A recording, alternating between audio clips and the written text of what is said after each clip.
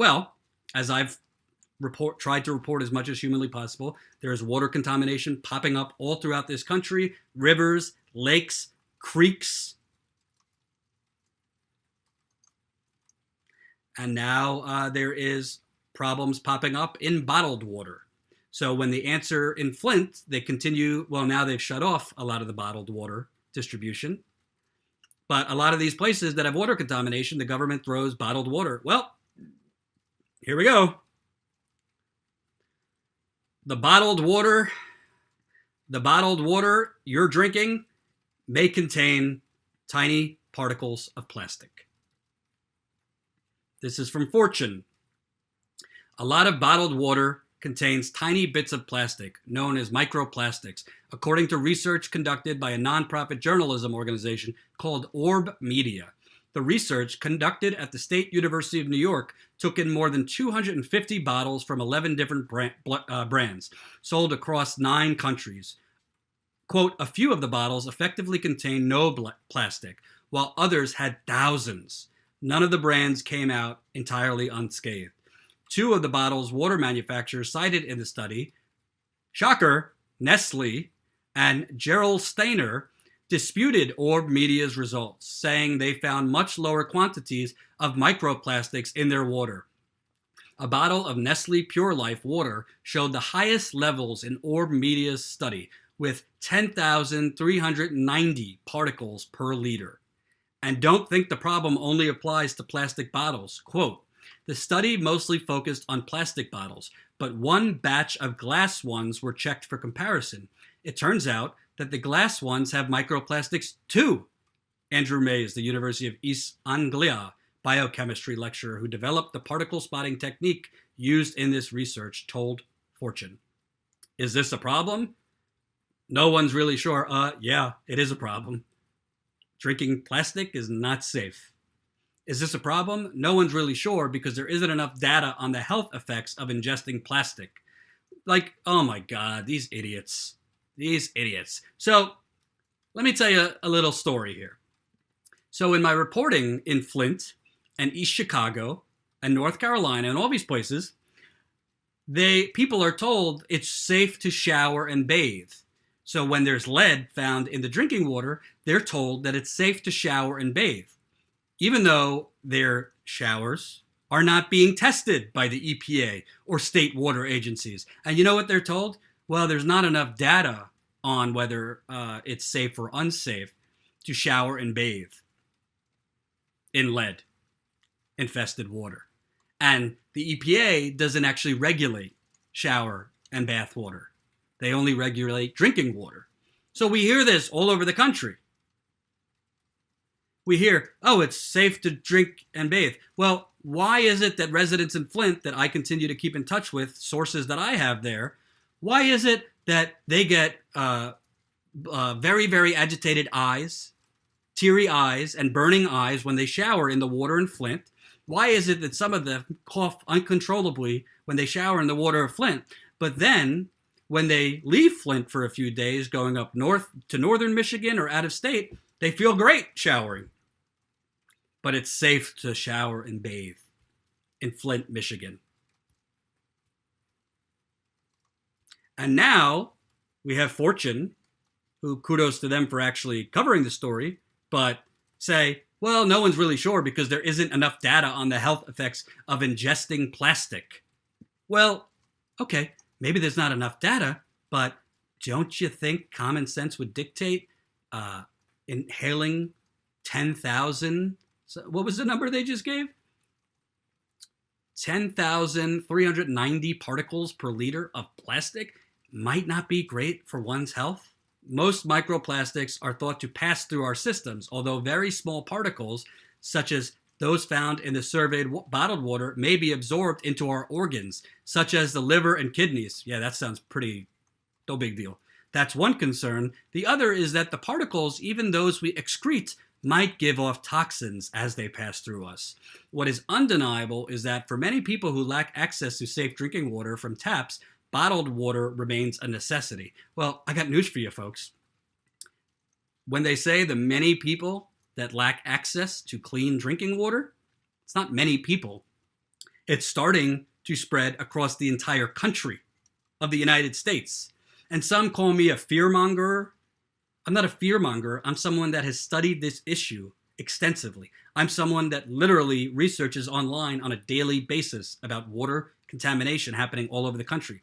I'm someone that has talked to dozens of experts, including Erin Brockovich. Is she a conspiracy theorist? Erin Brockovich is one of the most legendary water contamination and chemical contamination experts in the country. I know water isn't a sexy topic. Who wants to hear all day about whether their water is safe? Well, guess what? If your water isn't safe, if you have lead in your water, do you know your kids are more likely to go to jail? Because behavioral problems lead to crime. High lead levels lead to crime. High crime areas have also, research shows, have high lead levels in adolescents. Do you know that the PFAS chemical is being found now in North Carolina water bodies and Ohio water bodies and in other water bodies? PFAS chemicals are cancer-causing chemicals that are used in the manufacturing of Teflon and other cookware. Did you know that that's being found near Army bases where groundwater contamination is being found? Follow this channel, subscribe to this channel. Make sure I do as many videos as humanly possible. And frankly, water contamination videos are not sexy. They don't get me a lot of views, but I don't give a damn. It's important to get this information out. If I could help get this information out so that other people act and put pressure on their government officials, one life saved is worth it. You have hedge fund managers. You know what some of the biggest trend in investment is? Investing in water. Why do you think they're investing in water? Could it be that there might be a shortage? Could it be that many experts say the next war won't be over Russian trolls, but over a shortage in water? But let's focus on Stormy Daniels. Let's focus on Russian troll farms and Cambridge Analytica. Let's not worry about whether children are being poisoned, senior citizens whose immune systems are compromised are being poisoned.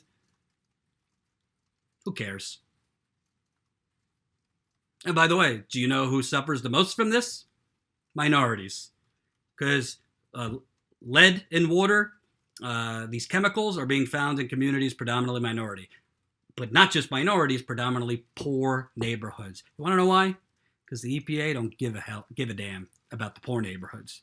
The state agencies, they don't give a damn about the poor communities. I'll give you the quote last night, which I thought was very, very powerful from Michael Moore during Bernie's town hall on oligarchy. He said, "There are many Flints around the country. There are decisions that get made. You know what? These people aren't worth the investment. They have no political power and they don't buy the candidates." That's what Michael Moore said about Flint. There's many Flints around the country. Casino breakfast, says the invisible poor. And what else? What else is happening with water? Shocker. Let me get to it.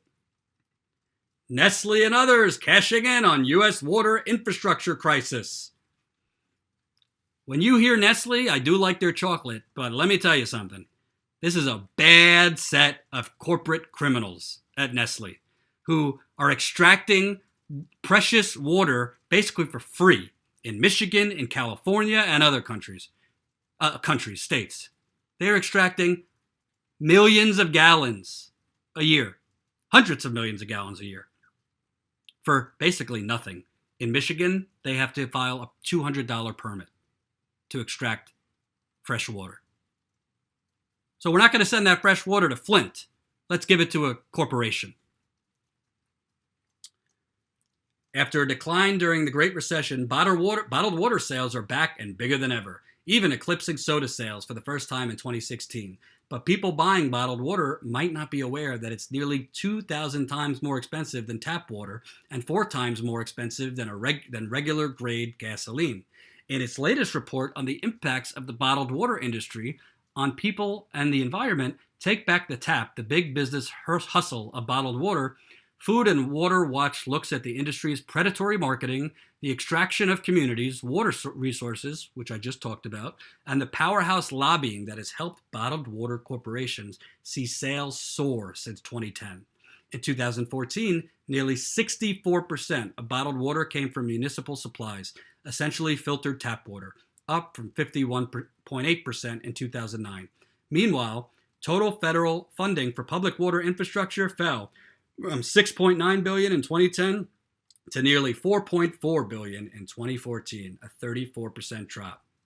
Quote, while Nestle and other bottlers are profiting off our public water supplies, critical water infrastructure problems are worsening. Nestle is extracting water in Michigan cheaply to sell pricey bottled water, while Flint and Detroit residents suffer high water service fees. Flint, by the way, still one of the most expensive water utility bills in the United States for poisoned water they cannot drink. But Russia is the threat to our democracy, right, folks? These water barons not only prey on distrust of tap water, but they also help reinforce that distrust through lobbying to enact policies that keep the bottled water profits flowing. Meanwhile, residents in Martin County, Kentucky, a poor community with a catastrophically failing water system, could soon see their water rates increase nearly 50%, even though many residents depend on pricey bottled water because of concerns about the safety of their tap water. Well, as I just reported before this story,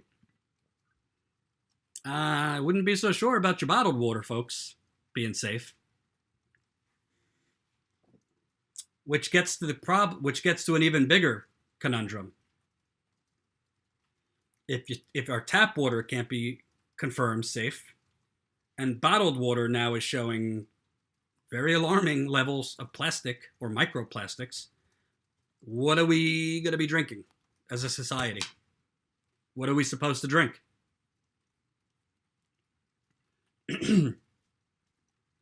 Scary times, folks. Scary times.